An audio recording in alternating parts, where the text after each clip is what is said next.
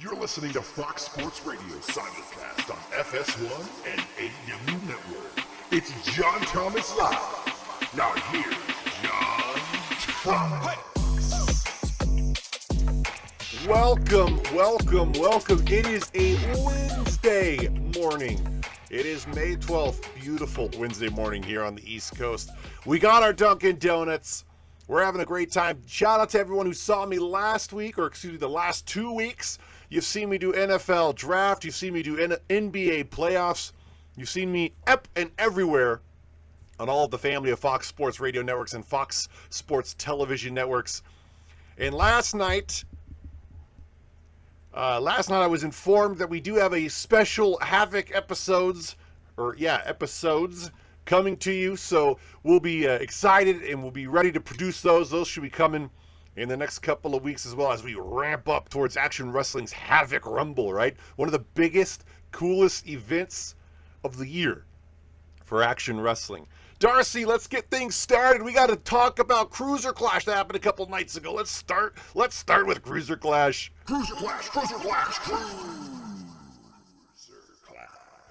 You know, CruiserClash is such a fascinating, interesting show on CBS, right? And we got the ratings for you. 8.72 million people watched and tuned into CruiserClash. And a couple of things that I wanted to talk about. One, I want to talk about this Brick Hauser, right? She is one dominating looking superstar.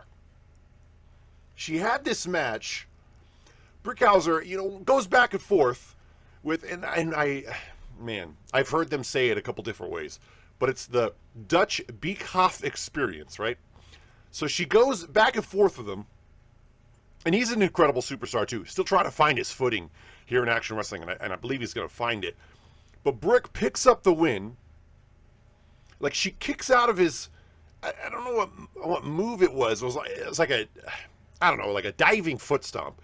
She kicks out of the move at like 2.5, and just gets up and just hooks it right into the Brick Buster. That's what she was calling it. That's what they called it. Takes the win. And there's something up with her. And we heard that there's something going on next week, and we're going to find out soon.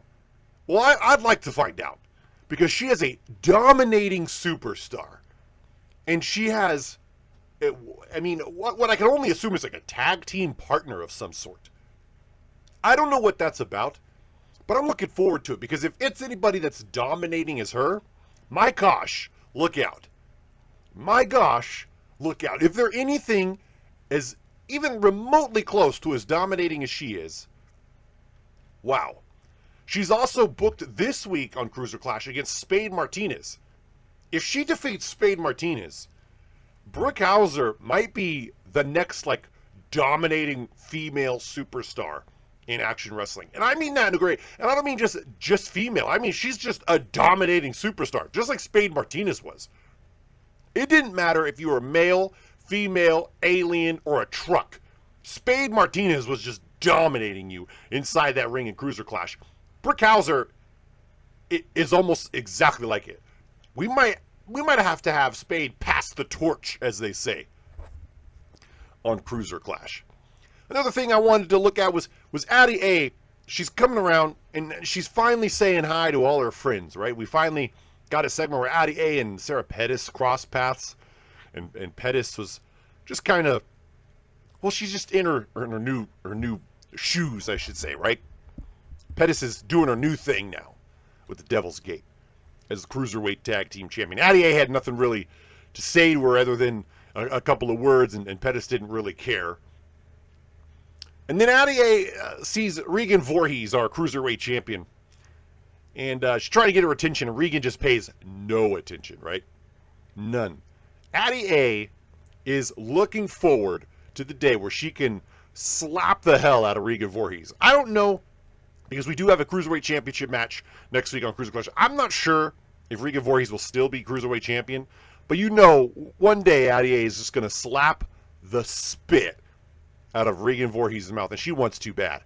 You don't really disrespect Addie A. like that. And shout out to Regan Voorhees, by the way. Regan Voorhees and Soldado Fortuna, who are meeting for the Cruiserweight Championship. They had a main event match against the Shorg brothers, and it went just how you think you'd expect it to.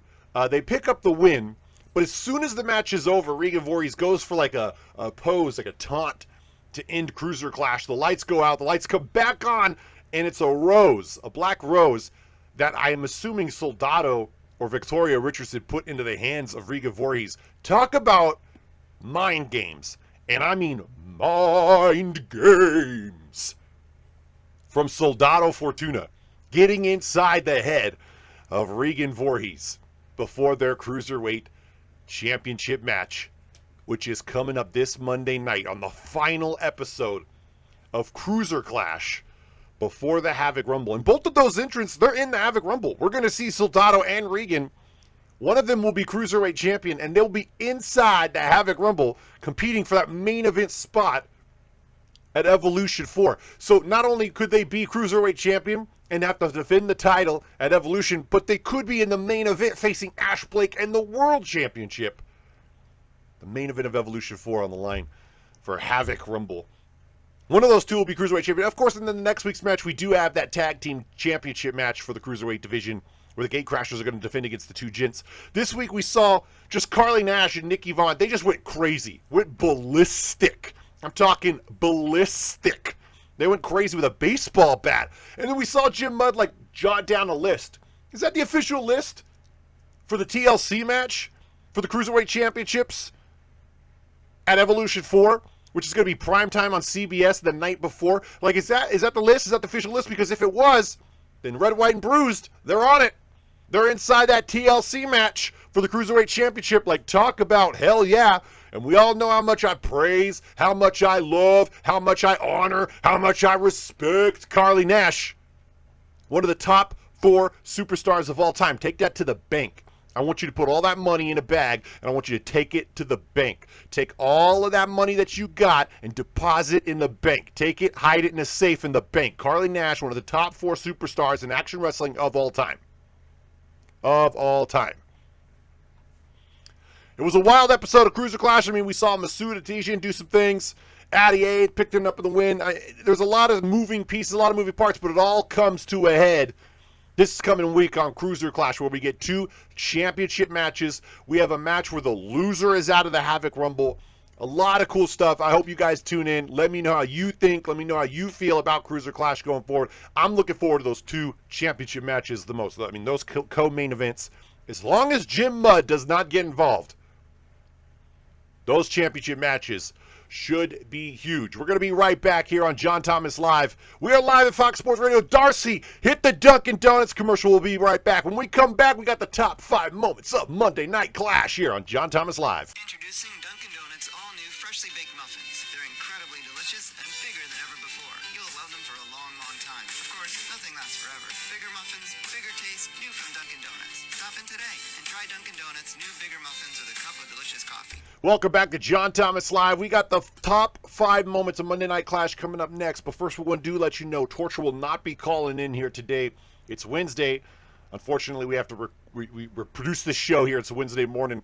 Torture is busy on Wednesdays. We only have time for him to catch him on Tuesday, so he will not be calling in here today. We're just going to give you the top 5 moments of Monday Night Clash. I'll give you some hot takes, some hype for next week's episode of Monday Night Clash, because it is the go-home show before Havoc. It is the final stop before those AW superstars get in the ring at Havoc, duke it out to see who's the #1 contender for Ash Blake's World Championship. So let's get to it. Let's get to the top 5 moments of Monday Night Clash. 5 moments from Monday Night Clash. In no particular order, of course, let's talk about Dionysus. I like to call him Dion. Dionysus Dion had a match with John Blade. Big match, John Blade. Man, I like this John Blade superstar. He doesn't look young, but it looks like he's still trying to find his footing here in action wrestling on Monday Night Clash. A great superstar always gives it his all, right? A+ for effort. And you can't go wrong with that. I mean, if you just keep giving with effort, if you just keep going hard every week, you're going to eventually start picking up the wins. But Dionysus Dion, he picks up the win. And after the match, he wants to be #1 in the Havoc Rumble. Now, lately, no one has wanted to be #1, right? Because who wants to be #1? Ask Corey Black how that went. It didn't go well. I'm sorry, I am trying to fix my microphone here. Darcy, you gave me a broken microphone. Trying to fix that. Here we go. We might have it here. Ask Corey Black how that went last year. He went number 1. It didn't go well. Lasted, what, an hour and a half? Hour and 40 minutes?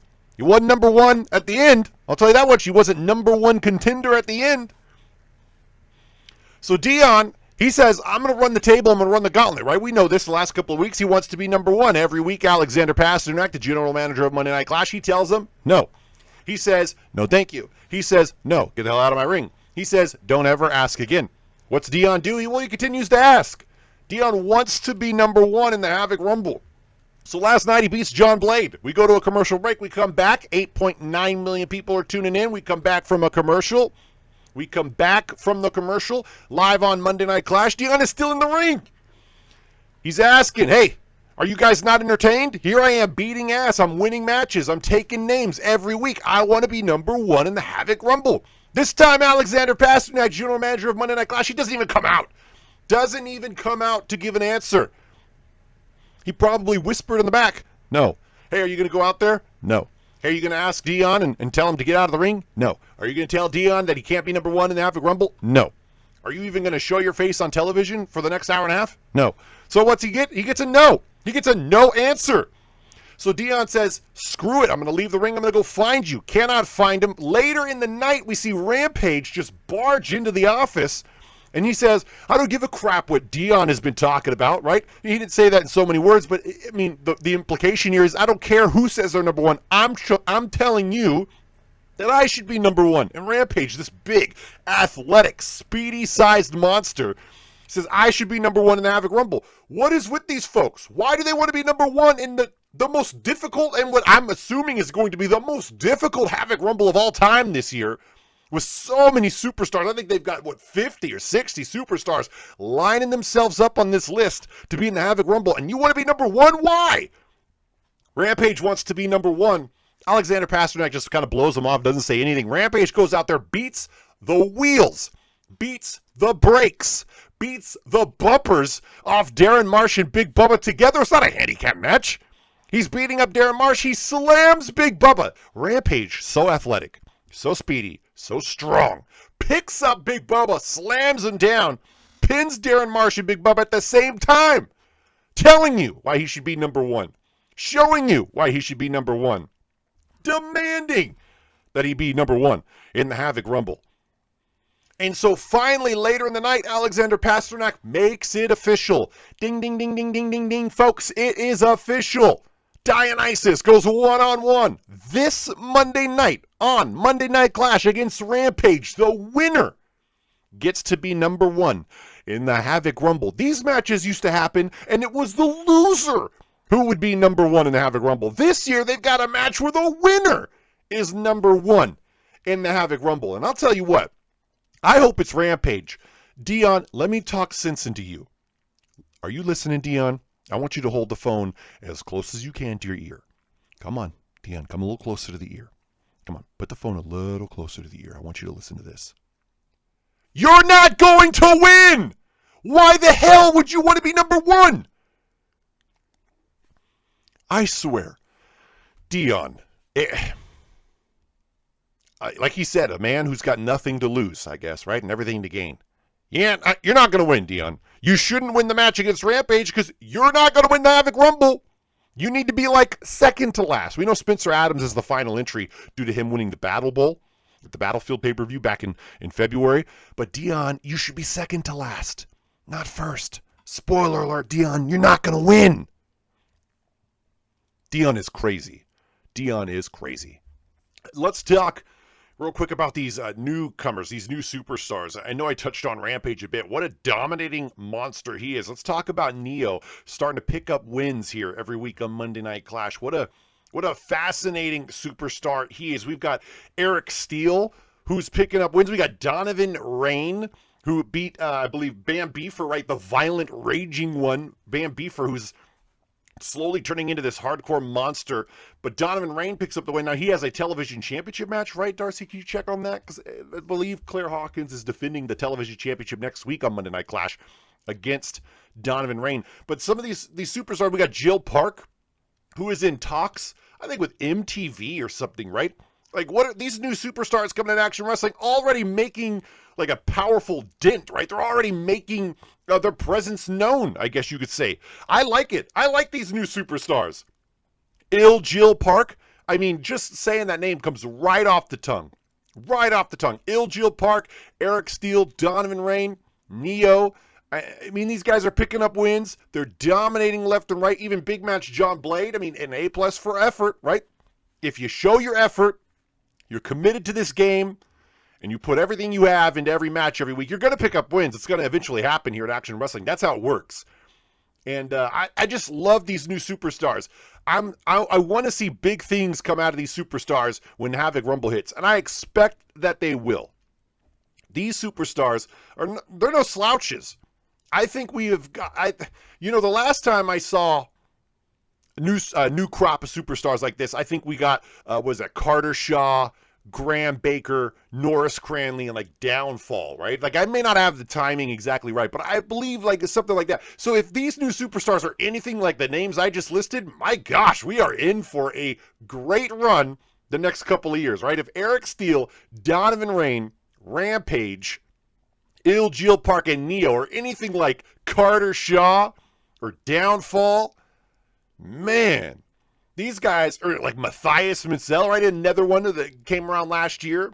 I mean, if these new superstars are anything like those names, we're in for a treat. We're talking about accolades, championship title belts, and huge wins are coming their way. I just wanted to give a shout out to the new crop of superstars that Action Wrestling is signing. And shout out to J-Mac, right?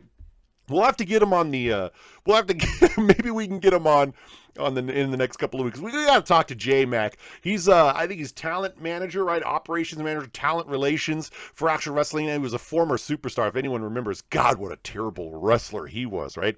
But he got promoted, obviously doing his thing. And what's that, Darcy?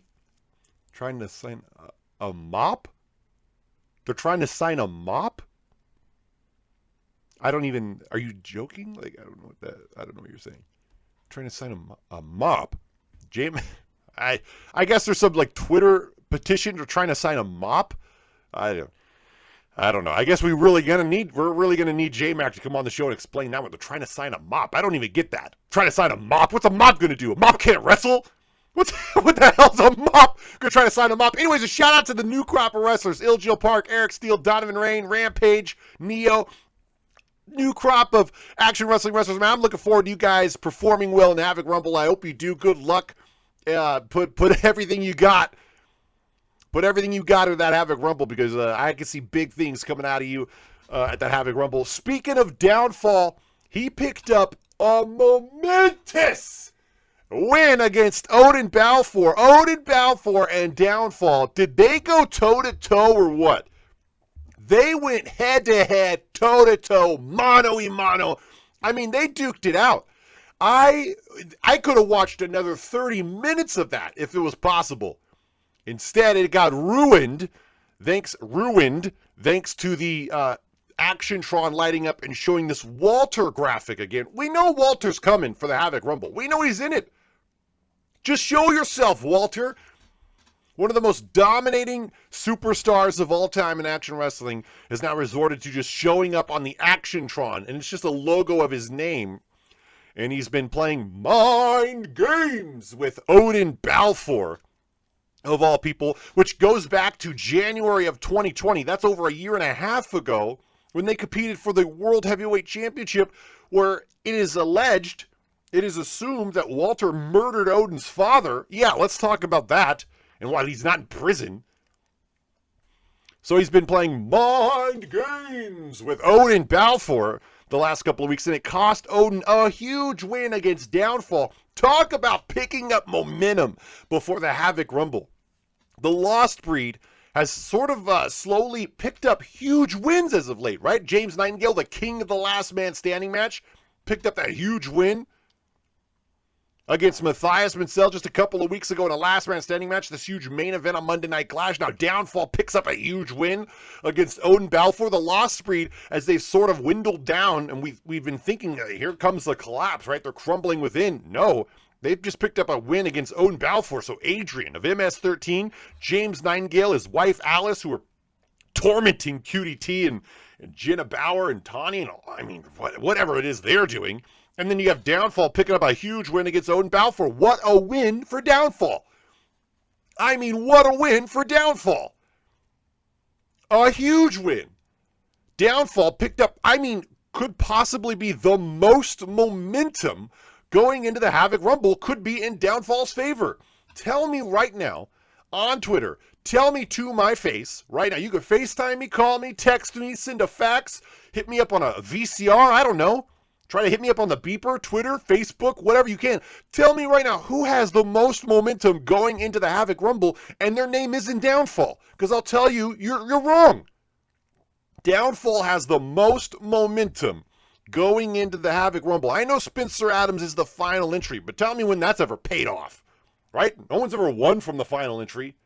Downfall picks up a huge win against Odin Balfour literally weeks before the Havoc Rumble, and he's got the most momentum. I'm calling it now. Downfall is going to be in the top 3 of the Havoc Rumble. I don't want to give you my predictions just yet, but I'll give you that one. Downfall, final 3 of the Havoc Rumble. I'm calling it now. Take that to the bank. Put all that money in your safety deposit bag and take it to the bank. Downfall, final 3 of the Havoc Rumble. Let's talk about this James Nightingale and Alice. I mean, so Nightingale isn't really tormenting QDT because Nightingale, for some odd reason, is just beating the brakes off of Howard Black. I don't even know what that's about. Howard Black, I mean, was Howard Black trying to retire a couple of weeks ago? Was he saying that he was going to retire at Evolution 4? Did I get that right? And he was going to retire? And James Nightingale just said no? Just said no thanks? Like, just beat him, and he tried to hit him in the face with this baseball bat, right? Tried to hit him in the face with this violent, bloody, disgusting, like, barbed wire, I mean, just this disgusting baseball bat, and Howard had to throw his forearm up. And so while he's dealing with that, we've got Alice, who is just tormenting and torturing what we're believing is QDT in some cave somewhere, and Jenna Bauer, who's been trying to find the whereabouts, and Tawny's involved, and I believe Tawny's been hurt in all this. Like, what is going on? We're going to need, Action Wrestling needs to step in at some point and either explain to us what is happening, or Alice is one of the most disgusting, vile pieces of crap that we've ever seen in Action Wrestling, because this is dangerously close to, murder, torturing. What is happening? Well, I hope QDT gets free. I hope he can get away from that. I hope they find him and he's okay.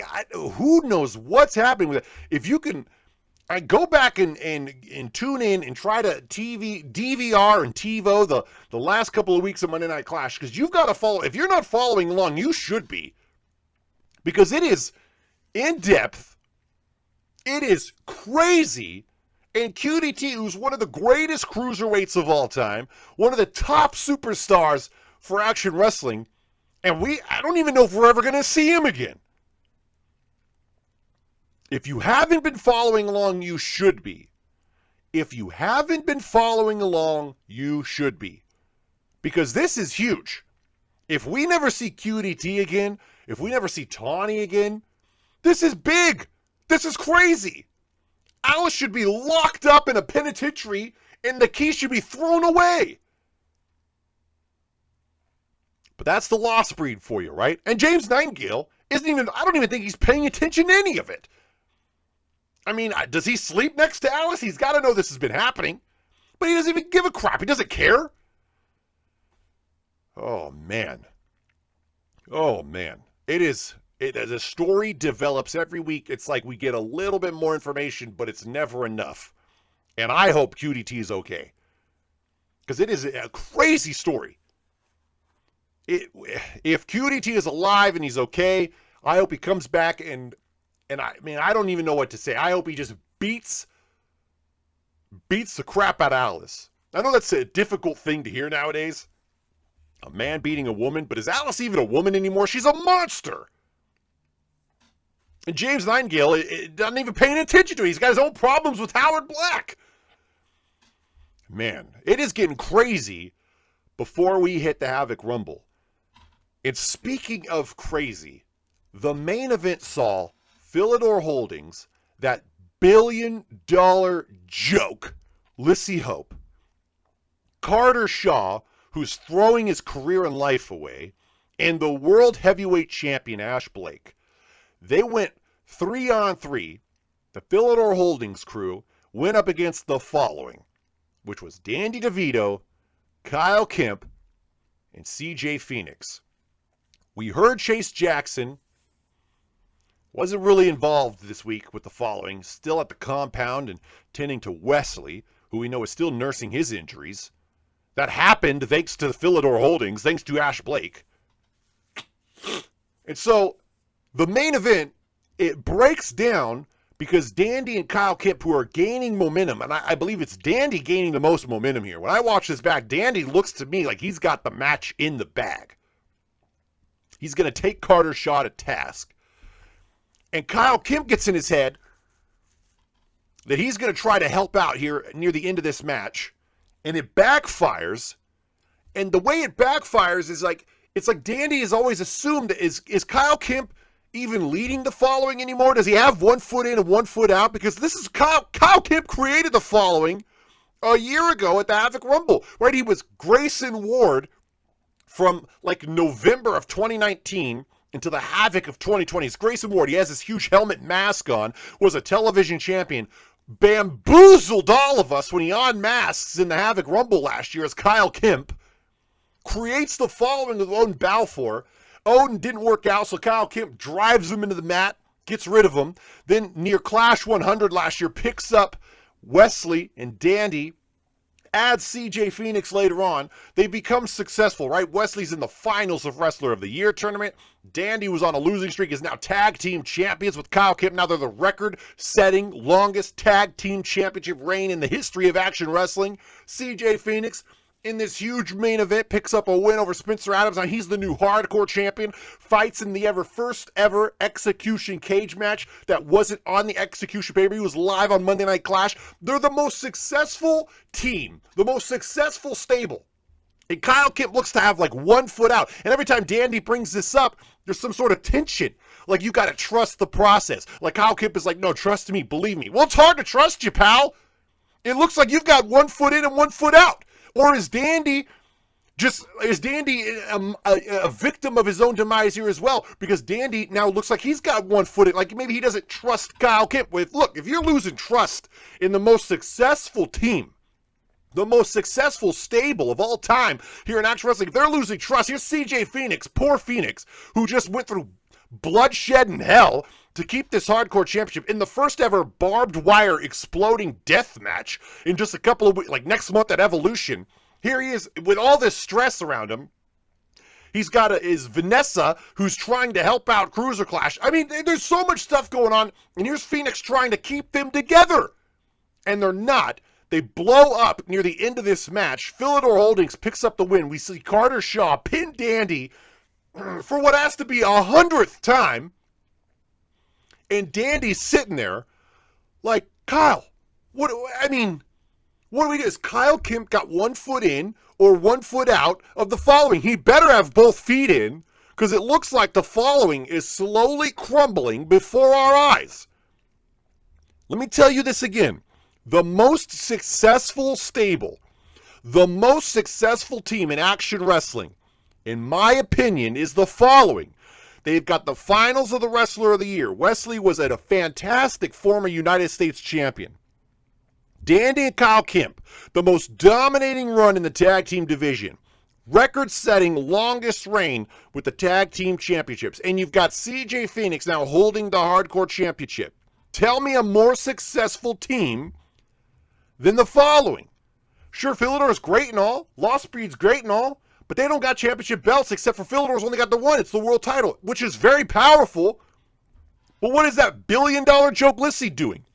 Carter Shaw's got the all-in, but he hasn't done crap with it. Hasn't done nothing.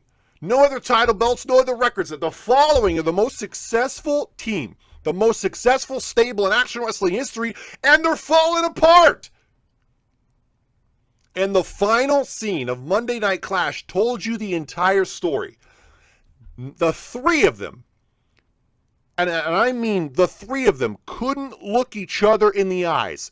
Phoenix was yelling at the two of them to get on the same page, and Dandy and Kemp couldn't look at each other in the eyes as Monday Night Clash went off the air. We saw whatever we have seen these last couple, with this all eyes on you, like these weird, I don't even know what to call them. Like the camera's been weird. We've seen Kemp on them talking with Carter Shaw. We've seen Dandy on them before.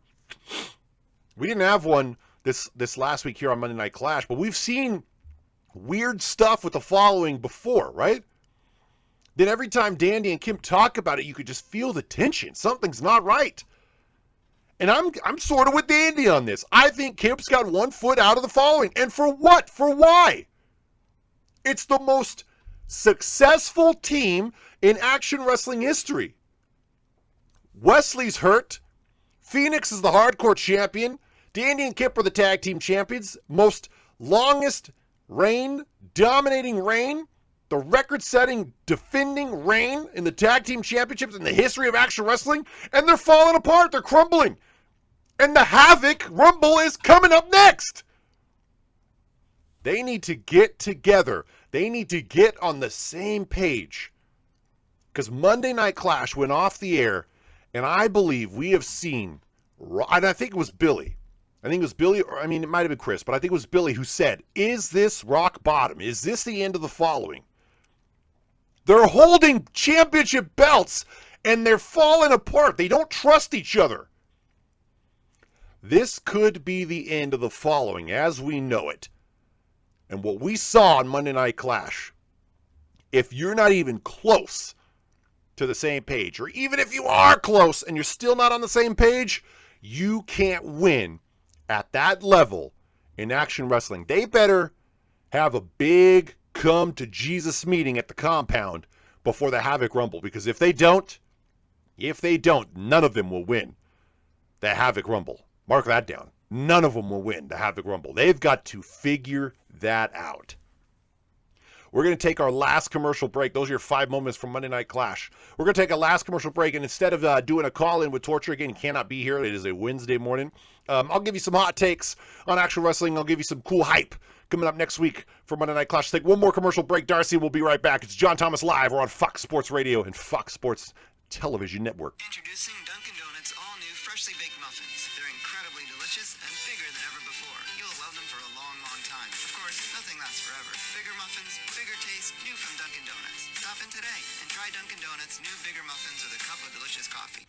We only have a couple of minutes, so welcome back to the John Thomas Live. We only have a couple of minutes, so I just want to give a shout-out to Spade Martinez and Brickhauser. They're in a Loser is Out of Havoc match. Jim Mudd set this up over on CruiserClash coming this week. This is, again, the final stop before the Havoc Rumble. Brickhauser taking on Spade Martinez in a Loser is Out of Havoc match. That's going to be huge. I know Roddy, is it Zales or Zales? Roddy and Addy A are going to go at it. Addy A just picking up dominating wins left and right since she has debuted on CruiserClash. That's going to be a huge one. And then, of course, CruiserClash ends with those 2 huge championship matches. The Cruiserweight Tag Team Championships, which is on the line, 2 Gents versus the Gate Crashers. The 2 Gents who always seem to lose their tag team belts in these multi-man tag matches, but always seem to get them back when it's just a 2-on-2 match. So look for the momentum to be in 2 Gents' corner during that Cruiserweight Tag Team Championship match. And again, in the main event, Soldado Fortuna finally gets his final shot at the Cruiserweight Championship against Regan Voorhees in what could be a instant classic. Again, that's what Jim Mudd has put together. That's what Torture has put together for CruiserClash this coming week. 2 Gents versus the Gate Crashers and Soldado Fortuna versus the Regan Voorhees. That's going to be a huge co-main event for CruiserClash. There's a couple matches that I love on Monday Night Clash that's coming up. There's 3 co-main events. We've talked about Rampage versus Dionysus. The winner is number 1 in Havoc. I think Rampage could pull that out. I don't understand why Dionysus wants to be number 1 in the Havoc Rumble. And then these 2, what were they billed as, like Hall of Fame matches, right, Darcy? He said 2 future Hall of Famers going one-on-one. which we've never seen before, right? We've never seen Lizzie Hope versus Spencer Adams one-on-one in an AEW ring. So we're going to get that. That's going to end Monday Night Clash. That's going to be huge. We're talking Spencer Adams, the final entrant going into the Havoc Rumble, against Lizzie Hope, the billion-dollar princess joke from Philidor Holdings. They're going to finally go one-on-one. And then we have this Hall of Fame, WCF Hall of Fame match. Jason Price versus Corey Black. I hope it's the last time we ever see this, and I hope they shed blood. I hope they just go at it. Look, Jason Price is one of the top performers. I mean, he's one of the greatest of all time for WCF, right? Hasn't exactly found great success in action wrestling, but that's just who he is and how he performs now. And I hope Jason Price, I believe he will, because when he gets in the ring with Corey Black, there's just something that the two of them, they just click. It just clicks in Price's mind. It clicks in Corey Black's mind where they just go at it. They just go 110%. I see Corey Black picking up the win. Look, Corey Black has got to be top dog. He's got to have the biggest target on his back going into the Havoc Rumble, right? Excuse me. Corey Black has to have the biggest target on his back in the Havoc Rumble. So this could be a huge match. A huge swing of momentum for Jason Price. Of course, Lizzie Hope, Spencer Adams in the main event. Co-main event, Corey Black against Jason Price. And then they got that third co-main event. Winners number 1, Rampage versus Dionysus. Winner gets number 1. And then we have this huge violent one. The Bam Beaver goes up against John Black. The loser is out of Havoc on that one. So we see Pasternak sort of playing mind games with some of the superstars here. Loser out of Havoc. John Black versus Bam Beaver. Look, Bam Beaver's violent. He's raging. John Black's got to watch his back. If Bam Beaver can use weapons or whatever the hell he can use during those matches, we might see Bam Beaver inside the Havoc Rumble, and we may not see John Black in the Havoc Rumble. I'm hoping John Black picks up that win. And then, of course, you got some other matches. We know Claire Hawkins is going to defend the television championship against Donovan Rain. That's going to be huge.